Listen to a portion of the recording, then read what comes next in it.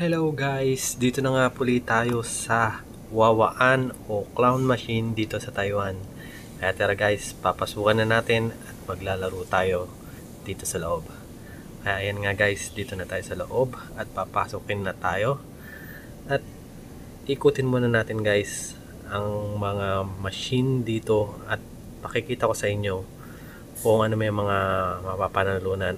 Usually guys, ang mga mapapanalunan dito ay mga pagkain, mga drinks, mga biscuit, mga noodles at mga iba-iba pa. Kaya yan, mga nakakuha na sila, naunahan na tayo guys. Kaya pero ipapakita ko sa inyo kung bakit madali makakuha dito guys, kasi nga makikita nyo yung mga machine nila ay punong-puno ng mga papremyo. Kaya madali talagang makakuha. Kaya siyempre sasabayan mo ng technique din. Pipili ka nung mas malapit sa butas, yun ang unahin mo. Kaya yan guys, makikita mo yun yung mga mapapanalunan, no? Diba? Mga drinks, marami.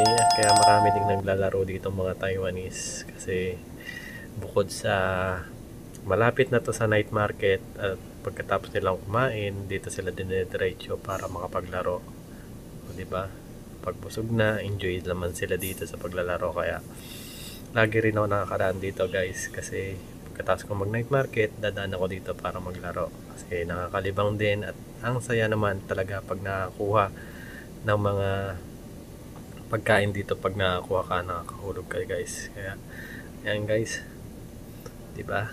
Kaya maglalaro na tayo guys, baka maunahan pa tayo. May mga ano pa, mga noodles, tapos mga yung biscuit na ganyan. Ito malapit na, unahan natin yan guys. Kaya tara na guys, laro na tayo. Ayan, pinupuno pa ni kuya. Sige, puno po kuya, dahil may kukuhanin ko na yan. Ayan, nagpapapalit ng bata. May mga bata rin mga naglalaro dito, kasi mahilig talaga yung mga Taiwanese na maglaro niyan. Kasi nga dyan sila nalilibang at masaya din sila pag nakakuha. O nakakuha na nga si ate.